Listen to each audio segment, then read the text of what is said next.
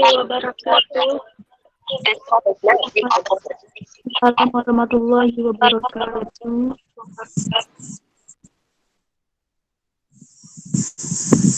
Baiklah, kami di sini ingin mempresentasikan kami bernama Meter. Nah, di sini terlebih dahulu kami akan memperkenalkan diri. Nama saya Putri Hendriani, dan rekan-rekan saya Khairina, Mutia Nandasari, Ramsi, dan Apriani. Nah, baik untuk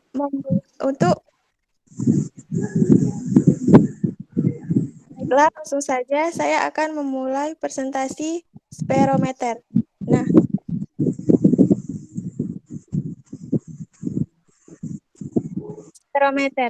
spirometer adalah alat untuk mengukur kelengkungan permukaan sebuah benda.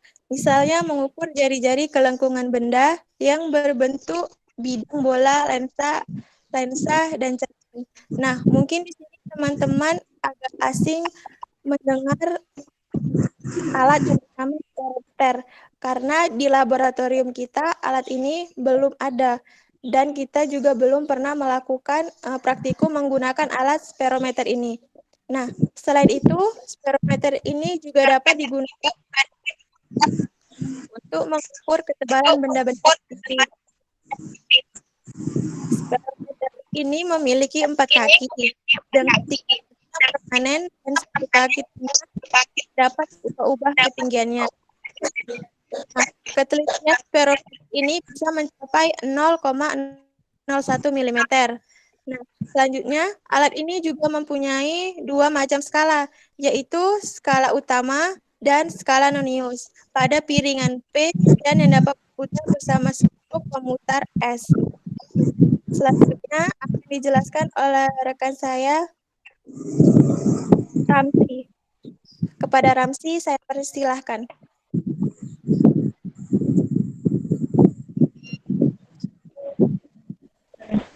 Oke, selanjutnya saya akan menjelaskan tentang bagian-bagian dari spirometer. Diiniin slide-nya, Put.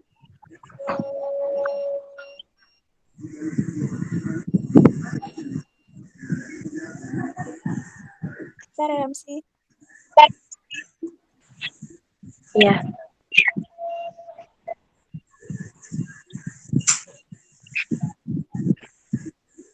Oke, nah di sini saya akan menjelaskan bagian-bagian dari spirometer, bagian-bagian dari spirometer dan fungsinya. Nah, di mana bagian yang pertama itu ialah skala utama. Nah, skala utama di sini berfungsi untuk membaca hasil pengukuran. Nah, yang kedua itu ialah skrup kalibrasi. Nah, di mana skrup kalibrasi ini berfungsi untuk mengkalibrasi alat. Nah, yang ketiga itu yang berfungsi untuk menghasil pengukuran dan kalibrasi. Nah, yang keempat itu ialah kaki 3 tetap.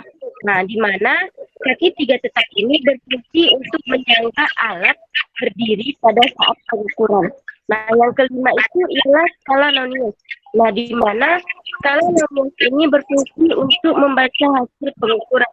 Nah, yang keenam itu ialah skrup pemutar.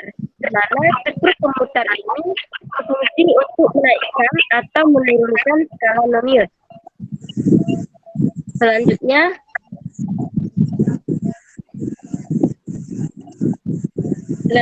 akan dijelaskan oleh Mutia Nandasari. Namun karena Mutia Nandasari belum bisa masuk, maka akan saya sambung. Putri boleh ikutin. Nah, di sini kita dapat ada gambar dari spirometer.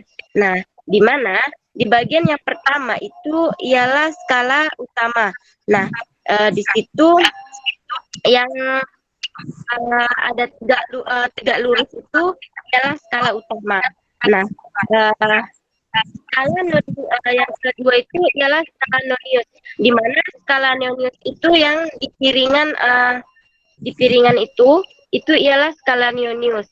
Nah, Nah, yang ketiga itu ialah 3 kaki tetap. 3 kaki tetap itu yang di bawah itu, yang ada segitiga itu ialah 3 kaki. Nah, yang ialah pemutar ping kata datar. Nah, yang di atas dari piringan tadi. Nah, yang terakhir itu ialah ujung dengan 3 kaki tetap tadi. Nah, jadi cara perawatan alat ukur spirometer ini diletakkan di tempat yang kering, tidak lembab dan bebas uap korosit. Nah, sebelum disimpan spirometer harus terbebas dari debu ataupun kotoran yang melekat. Nah, kemudian diolesi dengan minyak oli atau minyak rem. Oke, baiklah. Selanjutnya akan dijelaskan oleh Apriani. Baiklah, saya akan menjelaskan yaitu tentang prinsip kerja spirometer. Nah, di mana prinsip kerja spirometer ini dapat mengukur kedalaman sebuah lengkungan saat spirometer diletakkan pada lensa atau permukaannya lengkung. Maka pada saat skrup pusat akan berputar, naik atau turun sesuai dengan lengkungan yang dimiliki lensa tersebut. Nah, yang kedua itu yaitu sedangkan 3 kaki yang sama sisi lainnya memantapkan posisi spirometer pada lensa agar tidak mudah bergeser. Pada saat skrup pusat berputar mengikuti lengkungan lensa, maka piringnya yang terletak pada kepala skrup akan ikut berputar. Selanjutnya, sehingga dapat terbaca skala kelengkungan lensa dengan memperhatikan skala yang ada di pinggir piring. Dengan skala 0 sampai 10,0 meter ke atas jika lensa yang diukur lengkung ke atas dan 0 sampai 10,0 ke bawah jika lensa yang diukur lengkung ke bawah dan ditambah lengkungan piring yang bernilai 0,01 meter. Baiklah, selanjutnya akan disambung oleh teman saya yaitu Herina. Baiklah, saya akan melanjutkan presentasinya, yaitu saya akan menjelaskan bagaimana cara penggunaan spirometer. Nah, pemakaian spirometer yang pertama yaitu menentukan titik nol alat, yaitu spirometer diletakkan di tempat yang rata ataupun alas yang rata. Nah, skrup S itu kan yang bagian pemutarnya itu skrup S dinamakan dengan skrup S. Nah, diputar sampai ujung skrup menyentuh alat tersebut. Jika menggunakan alas dari kaca plen paralel, nah kaca plen paralel itu kaca yang bening, seperti percobaan yang pernah kita lakukan di semester 1 yang menggunakan kaca plen paralel yang kaca bening. Nah, maka pada saat bayangan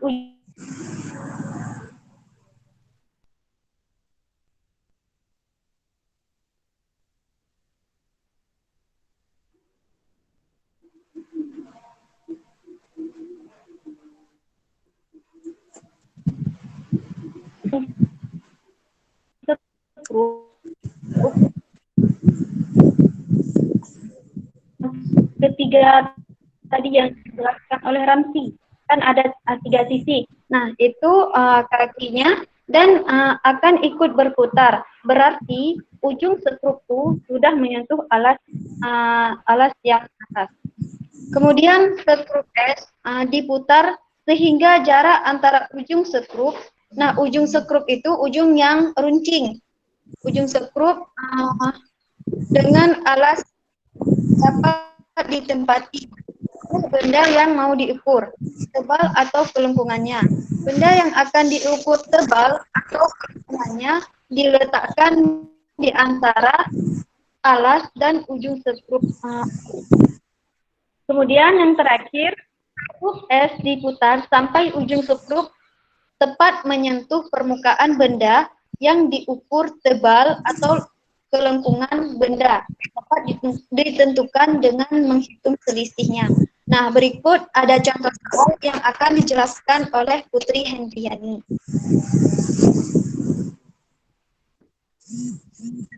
Hendriani, dipersilahkan.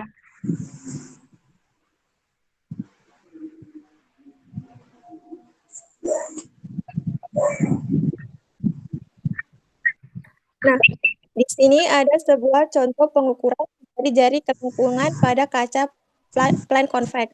Nah, di sini ketahui skala utamanya yaitu 0, skala noniusnya sama dengan 10, dan ketelitian pada sperometer ini adalah 0,01 mm. Nah, di sini yang terlebih dahulu kita harus mencari H. H itu adalah ketinggiannya. Nah, H sama dengan SU skala utama ditambah dengan skala nonius dikali dengan 0,01 mm. Nah, di sini nilai H-nya yaitu sebesar 0,1 mm. Nah, setelah kita dapatkan H-nya, kemudian kita cari kelengkungan jari-jari plan convex. Nah, R sama dengan H kuadrat tambah R kuadrat per 2H. Nah, kita masukkan nilainya 0,1 dikali 10 pangkat minus 3 kuadrat ditambah 6 dikali 10 pangkat minus 2 kuadrat per 2 dikali 0,1 dikali 10 pangkat minus 3. Nah, didapatlah hasilnya yaitu R sebesar 18,0 meter. Kita ubah ke nanometer menjadi 18,005 kali 10 pangkat 9 nanometer. Mungkin ini saja dari kelompok kami. Lebih dan kurang kami mohon maaf. Jika teman-teman ada yang kurang paham, bisa ditanyakan.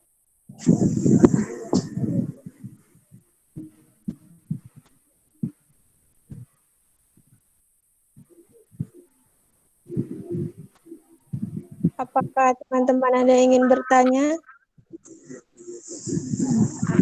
Yang lain yang mau bertanya dipersilakan. Ayo, siapa? Kelompok lain. Berikan nama dan NIM ya.